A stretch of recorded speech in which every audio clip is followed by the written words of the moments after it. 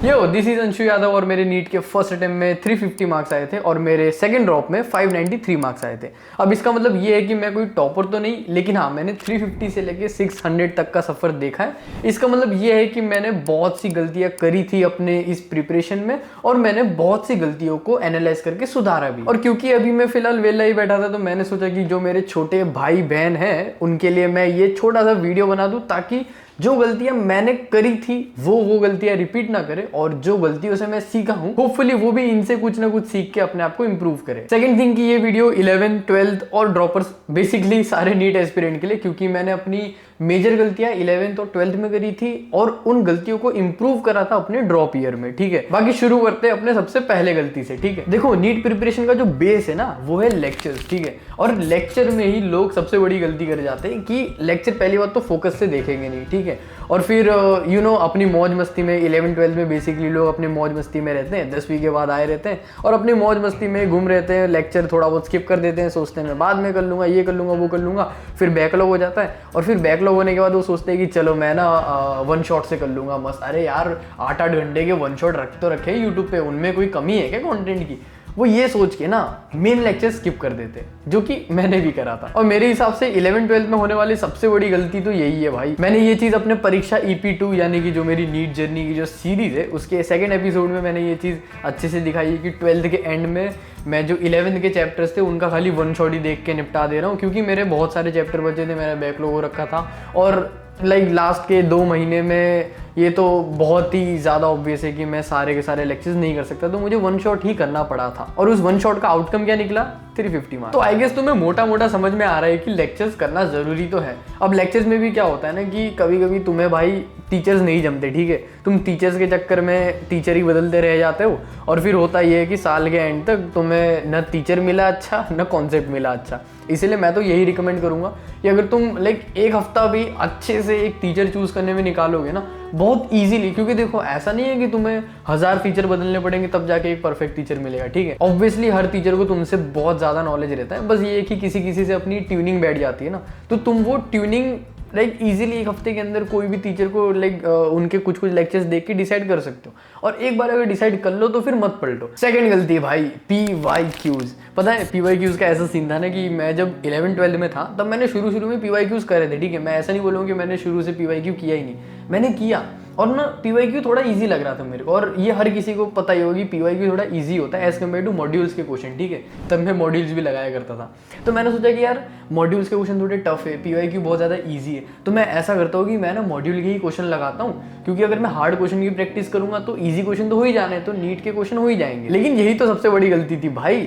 तुम ठीक है टफ क्वेश्चन करो, उससे ईजी क्वेश्चन और ईजिली हो जाएंगे, लेकिन भाई PYQ अलग चीज है कि अगर तुम कुछ नहीं तो PYQ को ही अगर 10 बार सॉल्व करके जा रहे हो ना तो नीट में 100-200 नंबर तो तुम इजीली ले आओगे, बहुत इजीली सिर्फ PYQ से। तो जो मैंने 350 के लिए इतना स्ट्रगल करा था ना, अगर मैं शुरू से ही 11th 12th से PYQs हर चैप्टर का अच्छे से करके चलता तो मेरे पे ये नौबत नहीं आती, मेरे को 350 के लिए स्ट्रगल नहीं करना पड़ता। और PYQ का मतलब ऐसा नहीं कि बस तुम PYQ उठाओ और उसे रटते जाओ, ऐसा नहीं है। PYQ को बहुत ज्यादा कॉन्सेप्चुअली सॉल्व करो, क्योंकि सेम क्वेश्चन नहीं चिपक के आएंगे, हल्का सा वर्ड्स चेंज होगा, तो तुम्हें रटना नहीं होगा। तो इसीलिए कोई भी अच्छे बुक से PYQ सॉल्व करो, जिसमें तुम PYQ सॉल्व करने के बाद अगर तुमसे वो नहीं बना तो तुम्हारे पास उसके सॉल्यूशन रहेंगे, ताकि तुम उसे एनालाइज कर पाओ कि अच्छा हाँ ये है इसका आंसर। अब मेरे हिसाब से तो ओसवाल की 37 ईयर्स PYQ वाली बुक ज्यादा बेहतर रहेगी तुम्हारे लिए, क्योंकि इसमें ना वो सारे फीचर है जो अभी मैंने तुम्हें सुनाया, प्लस इसमें ना फ्लो चार्ट भी तुम्हें मिलेंगे बहुत सारे चैप्टर के। इन सब के अलावा तुम्हें हर चैप्टर की रिवीजन नोट्स भी मिल जाएंगे, प्लस ट्रेंड एनालिसिस भी मिल जाएगा, ताकि पता रहे कि कौन से चैप्टर से कितने साल में कितने क्वेश्चन आए थे। और एक लिस्ट मिल जाएगी टॉप 50 मेडिकल कॉलेजेस का, जहां पे टॉप पे रहेगा एम्स दिल्ली, और तुम रोज इस लिस्ट को देख के एम्स दिल्ली जाने का सपना देखोगे। अब देखो भाई, सपना देखना बुरी बात नहीं है, लेकिन सपना को देखना ये तो सही नहीं है।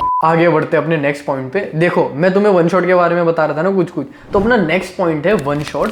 ठीक है, मैंने ना अपने जैसे बोला कि मैं 12th के एंड में मैंने वन शॉट ही करे थे और उसका रिजल्ट तुम्हें दिखा 350 मार्क्स। अब भाई देखो वन शॉट मैं ऐसा नहीं बोलूंगा कि बुरी चीज है, लेकिन द थिंग इज कि अगर तुम एक बार हर चैप्टर की डिटेल लेक्चर कर लोगे ना तो तुम्हारे लिए ज्यादा स्कोर करना इजी पड़ जाएगा। अब मैं ये नहीं बोलूंगा कि वन शॉट देखने से तुम अच्छा स्कोर नहीं कर सकते, इम्पॉसिबल जैसा कोई भी सीन नहीं है, लेकिन ज्यादा मुश्किल हो जाएगा। लाइक तुम अगर मेरी तरह एवरेज स्टूडेंट हो ना तो तुम्हारे लिए तो ये बहुत ही ज्यादा मुश्किल होगा कि सिर्फ वन शॉट से ही मैं भाई 650 मार्क्स ले आ रहा हूँ। तो एटलीस्ट लेक्चर मत स्किप करो और वन शॉट को देखो भाई मैं एज ए रिविजन के लिए यूज किया करता था। मतलब मैंने हर चैप्टर के देखो ड्रॉप ईयर में ये मेरे को गलतियां रियलाइज हो गई तो मैंने ड्रॉप ईयर में ना सबके लेक्चर्स तो करे, उसके बाद मैं जब भी रिवाइज करता था मैं वन शॉट लगा लेता था। अब वन शॉट मतलब सिर्फ ये नहीं कि 8 घंटे का लेक्चर या फिर आधे घंटे का लेक्चर, अपने हिसाब से तुम्हें जो चैप्टर जितना अच्छे से आता है उसका उतना ही छोटा वन शॉट लगाओ और उससे रिवाइज करो। अब मैं साथ में वन शॉट भी सामने खोल के रखता था, जैसे कभी रितु मैम का देख लिया या फिर बायोलॉजी के लिए बहुत से टीचर थे अपने विपिन शर्मा सर थे उनके कभी लेक्चर देख लिया। तो ना वन शॉट देखने से एक फायदा ये हो जाता है कि जैसे समझो मैं फिजिक्स का कर रहा हूँ, ठीक है, अब मैं फिजिक्स का वन शॉट कोई दूसरे टीचर से कर रहा हूँ तो वो टीचर ना कभी कभी कुछ फॉर्मूलाज के ट्रिक्स बता देता है। अब ट्रिक्स कोई कहता है कि भाई बुरी बात है, एक ट्रिक को याद करने के लिए दूसरी ट्रिक बनानी पड़ती है, फलाना ढिमकाना, बहुत सारे देखो भाई बकवास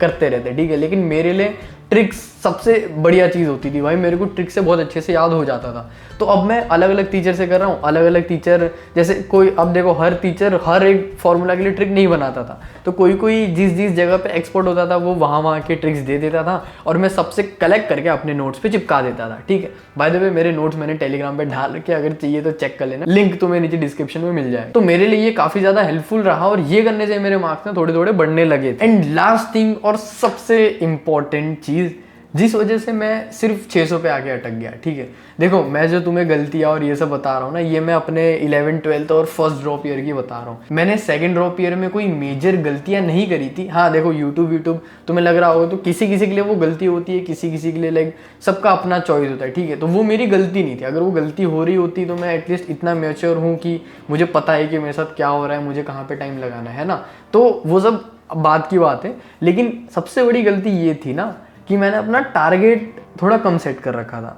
अब ऐसे टेक्निकली देखा जाए तो मेरा टारगेट सही ही था, क्योंकि वर्स्ट केस में भी अगर मैं 600 टारगेट लेके चलूँ ना तो भी लाइक प्रीवियस ईयर के ट्रेंड से भी देखा जाए तो मेरे को 600 में Tier 1 या Tier 2 सिटीज़ के कोई ना कोई कॉलेज, गवर्नमेंट कॉलेज मिल ही जाता। अब हुआ ये कि टेक्निकली मैं सही था, लेकिन ना एक चीज़ मैंने गलती ये की कि मैंने I didn't expected the unexpected. Like जो कोई एक्सपेक्ट भी नहीं कर सकता ना कि भाई ऐसा इन्फ्लेशन आएगा, मुझे वो एक्सपेक्ट करके चलना चाहिए था। लाइक मेरे को ऐसा सोचना ही नहीं चाहिए था कि भाई 600 में मेरे को अच्छा खासा कॉलेज मिल ही जाएगा ना, तो फिर मैं क्यों 650 तक या फिर 680 टारगेट करूँ।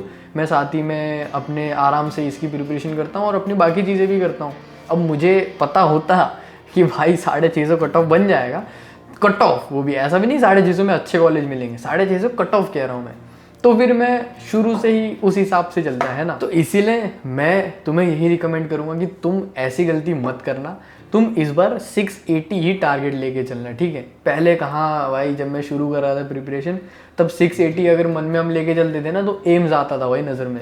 अब तुम्हें 680 एक कट ऑफ लेके चलना है कि लाइक 680 भी तुम लेके आओ तो भी तुम्हें लाइक कोई एवरेज ही कॉलेज मिलेगा, ताकि तुम अपने आप को और पुश करो। और 680 टारगेट लेके चलोगे तो एटलीस्ट 650 प्लस तो टच करोगे। देखो भाई यही थी सारी ज्ञान की बातें और जो भी मेरे को करना था। अब इससे अगर तुम्हें कुछ ना कुछ भी सीखने मिल रहा है तो मेरा काम हो गया, मेरा ये इतने मिनट का वीडियो बनाना सफल रहा।